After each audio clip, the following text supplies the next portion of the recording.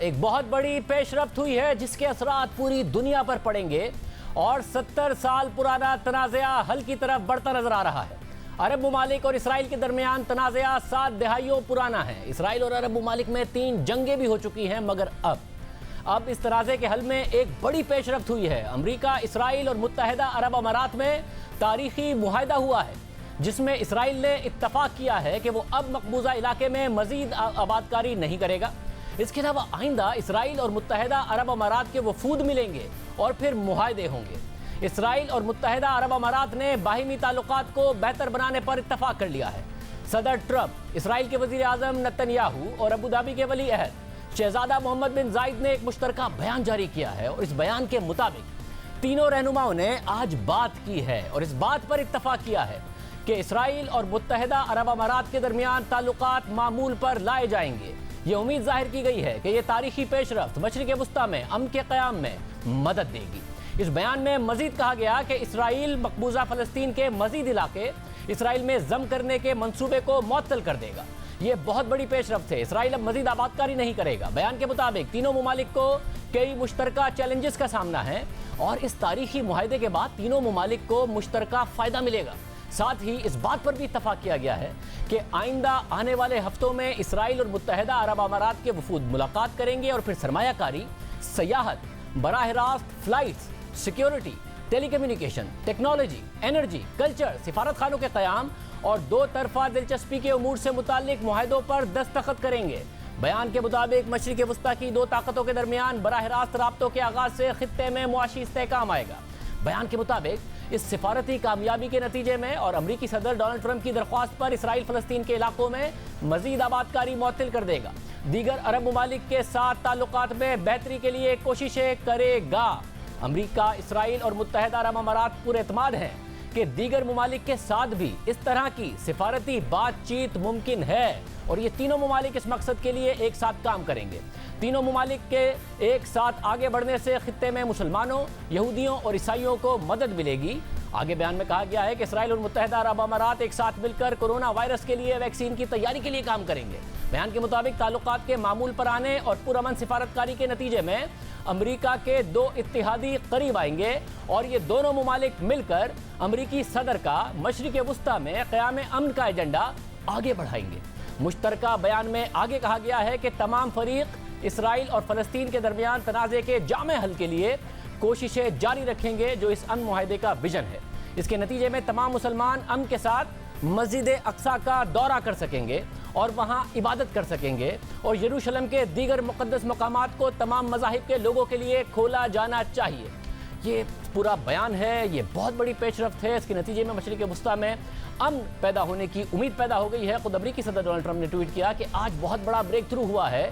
2 عظیم دوستوں اسرائیل اور متحدہ عرب امارات کے درمیان تاریخی امن معاہدہ ہوا ہے۔ امریکی صدر نے تینوں ممالک کا مشترکہ بیان بھی ٹویٹ کیا۔ امریکی صدر نے میڈیا سے بات بھی کی اور اس معاہدے کو بہت بڑی کامیابی قرار دیا۔ Just a few moments ago, I hosted a very special call with 2 friends. ابھی تھوڑی دیر پہلے ہی میری ایک بہت اسپیشل فون کال پر 2 دوستوں سے بات ہوئی ہے، اسرائیل کی وزیر اعظم نتن یاہو اور متحدہ عرب امارات کے ولی عہد محمد بن زائد سے، اور وہ دونوں ہی ایک تاریخی امن معاہدے کے لیے راضی ہو گئے ہیں۔ ہر کوئی کہتا تھا کہ یہ ناممکن ہے، مگر میں کہتا تھا کہ محمد بن زائد مشرق وسطیٰ کے عظیم لیڈر میں سے ایک ہیں۔ 49 سال بعد اسرائیل اور متحدہ عرب امارات اپنے سفارتی تعلقات کو مکمل طور پر معمول پر لانے جا رہے ہیں۔ یہ دونوں ایک دوسرے کے ممالک میں سفارت خانے بنائیں گے اور اپنے سفیر بھیجیں گے اور تمام شعبوں میں تعاون کا آغاز کریں گے، اور متعدد شعبوں میں جن میں تعلیم، صحت، تجارت، سیاحت اور سیکیورٹی شامل ہیں تعلقات کا آغاز کریں گے۔ یہ حقیقتاً ایک تاریخی واقعہ ہے۔ 25 سال پہلے اسرائیل اور جارڈن کے امن معاہدے کے بعد بھی مشرق وسطیٰ میں امن کے لیے اتنی پیش رفت نہیں ہوئی۔ Peace treaty was signed more than 25 years ago. Has so much progress been made towards peace in the Middle East? اور پھر متحدہ عرب امارات کے ولی عہد شیخ محمد بن زائد نے ٹویٹ بھی کیا اور بتایا کہ ایک فون کال جو کہ پریزیڈنٹ ٹرمپ اور پرائم منسٹر نتن یاہو کے ساتھ ہوئی، اس میں ایک معاہدہ طے پایا ہے کہ اب مزید اسرائیل فلسطین کے علاقوں کو پر تعمیر نہیں کرے گا۔ متحدہ عرب امارات اور اسرائیل نے معاہدہ کیا ہے کہ باہمی تعاون ہوگا اور ایک روڈ میپ بنایا جائے گا جس سے دونوں ممالک کے درمیان ریلیشن شپ کی بنیاد رکھی جائے۔ یہ سب کچھ اچانک نہیں ہوا۔ गुज़िश्ता 2 बरस के दरमियान इसराइल और अरब ममालिक के दरमियान फासलों में कमी आई थी। 2018 में अचानक इसराइली वज़ीर आज़म ओमान पहुंचे और उन्होंने ओमान के सुल्तान से मुलाकात की। इस मुलाकात के बाद ओमान के वज़ीर ख़ारजा ने कहा था कि ओमान इसराइल और फ़लस्तीन को इकट्ठा करने की पेशकश कर रहा है, लेकिन ये किसी सालिस के किरदार के तौर पर नहीं है। इसराइल खित्ते में एक रियासत है और ये हम सब समझते हैं, जबकि दुनिया भी इस हकीकत से आशना है। उन्होंने मजीद कहा कि वक्त है कि इसराइल के साथ दीगर रियासतों की तरह पेश आया जाए। फिर इसराइली वज़ीर आज़म का भी बयान सामने आया कि ईरान की मुखालफत इसराइल और अरब ममालिक को करीब ला रही है।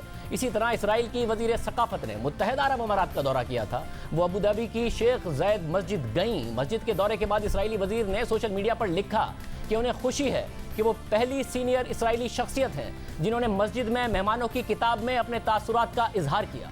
और सिर्फ यही नहीं, 2018 में ही इसराइल की टीम ने अबू धाबी में होने वाले खेलों के मुकाबलों में भी शिरकत की। इसराइली टीम को कामयाबी मिली, जिसके बाद स्टेडियम में इसराइल का कौमी तराना भी बजाया गया। हालांकि 1 साल पहले भी अबू धाबी में ही इसराइली टीम जीती थी, मगर हुक्काम ने ना इसराइली परचम लहराने की इजाज़त दी थी, ना ही इसराइल का कौमी तराना बजाया गया था।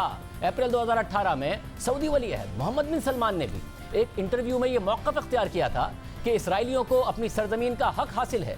अमरीकी जरीदे द अटलांटिक के नुमाइंदे ने जब मोहम्मद बिन सलमान से पूछा कि क्या यहूदियों को एक खुद मुख्तार रियासत का हक है, तो मोहम्मद बिन सलमान ने जवाब दिया कि मेरा मानना है कि तमाम लोगों को ये हक हासिल है कि वो पुरअमन रियासत में रहें।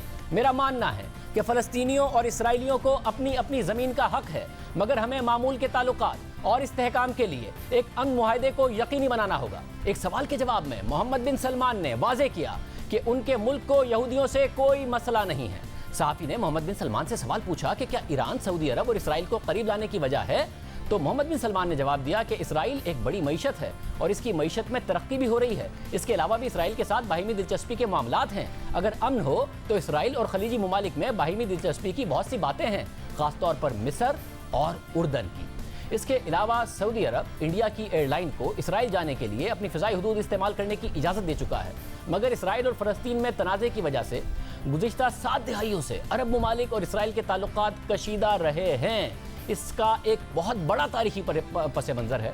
1917 में पहली जंग अजीम में सल्तनत उस्मानिया को शिकस्त हुई और फ़लस्तीन का इलाका बरतानिया के पास चला गया। बरतानिया को जब फ़लस्तीन के हवाले से इख्तियार मिला तो उसने 1917 को फ़लस्तीन के मुस्तकबिल के हवाले से एक एलामिया जारी किया और इस एलामिया को बैलफोर डिक्लेरेशन का नाम दिया गया। इस एलामिया में बरतानिया ने ऐलान किया कि वो यहूदियों के लिए फ़लस्तीनी इलाके में मरकज़ बनाना चाहता है। इस मुतनाज़े एलामिया पर सख्त तनकीद हुई, मगर बरतानिया ने यकीन दिलाया कि फ़लस्तीन में रहने वालों के हुकूक मुतासिर नहीं होंगे। फिर फ़लस्तीनी इलाके में यहूदियों की आबादी बढ़ाने के लिए बरतानिया ने 1922 से लेकर 1935 तक मगरबी ममालिक से यहूदियों की हिजरत को यकीनी बनाया और देखते देखते सिर्फ 13 सालों में यहूदियों की फ़लस्तीन में आबादी 10% से बढ़कर 27% तक पहुँच गई। वक्त के साथ साथ फ़लस्तीनी इलाके में यहूदियों की आबादकारी तेज़ होती चली गई। दूसरी आलमी जंग के बाद बरतानिया इस मामले से पीछे हट गया और सारी जिम्मेदारी अक़वाम मुत्तहिदा पर आ गई, जिसके बाद अक़वाम मुत्तहिदा ने 29 नवंबर 1947 में फ़लस्तीनी इलाके को तकसीम करने के लिए एक करारदाद मंजूर की और 2 सिफारिशात पेश की कि फ़लस्तीन को 2 रियासतों में तकसीम किया जाएगा। एक रियासत यहूदियों पर मुश्तमिल होगी, दूसरी रियासत में अरब रहेंगे। करारदाद में मजीद कहा गया कि यरूशलेम यानी बैतुल मुक़द्दस तमाम मज़ाहिब के मानने वालों के लिए मुक़द्दस है, इसलिए इस जगह पर आलमी हुकूमत कायम होगी और अक़वाम मुत्तहिदा खुद उसके इंतज़ामी मामलात देखेगा। यहूदियों ने इस करारदाद को तस्लीम किया और इसराइल की रियासत 1948 में कायम हो गई, लेकिन इसे किसी भी अरब मुल्क ने तस्लीम नहीं किया। उस दिन से आज तक खित्ते में कशीदगी है। इस कशीदगी ने खित्ते को 1949 की जंग में धकेल दिया। इसराइल और अरब ममालिक की इस जंग में अरब ममालिक की सरबराही उर्दन ने की, मगर अरब ममालिक को उस जंग में शिकस्त हुई। फिर 18 साल बाद 1967 में अरब ममालिक और इसराइल में एक और जंग हुई जो 6 दिन तक जारी रही। इस जंग ने खित्ते की सियासत को बदल कर रख दिया। इस जंग में न सिर्फ अरब ममालिक को शिकस्त हुई, बल्कि इसराइल ने शाम, उर्दन और लेबनान के कई अहम इलाकों पर कब्जा भी कर लिया। तीसरी अरब इसराइल जंग फिर 1973 में हुई। 1973 में अरब इसराइल जंग में अमेरिका और सऊदी अरब के ताल्लुकात किसी हद तक मुतासिर हुए। अरब ममालिक ने दुनिया को तेल की फराहमी रोक दी, जिसके बाद दुनिया में तेल का बहरान पैदा हो गया, लेकिन अमेरिका ने सऊदी अरब से ताल्लुकात को बिगड़ने ना दिया। मार्च 1974 में इसराइल को मिस्र और अरब ममालिक से बातचीत पर मजबूर किया ताकि अरब दुनिया के साथ अमेरिका के ताल्लुकात मजीद ख़राब ना हो। इन 3 जंगों के बाद भी इसराइल के साथ अरब ममालिक का तनाज़ा बरकरार रहा। दोनों ममालिक के दरमियान ना फ्लाइट ऑपरेशंस थे, ना ही अरब ममालिक इसराइल को रिकॉग्नाइज करते थे, तस्लीम करते थे। मगर अब ये बहुत बड़ा मुआहदा हुआ है। अगर दोनों ममालिक एक दूसरे में सिफारत खाने भी खोलेंगे, सफ़ीर भी भेजेंगे, और फिर जितने भी मुआहदे में बातें की गई हैं, ये एक बहुत बड़ी डेवलपमेंट समझी जा रही है। हमने कोशिश की कि इस पर मौक़िफ़ पाकिस्तान का भी मालूम किया जाए, मगर अभी हमें मौक़िफ़ नहीं मिल रहा है कि पाकिस्तान इस हवाले से इस मामले को कैसे देख रहा है।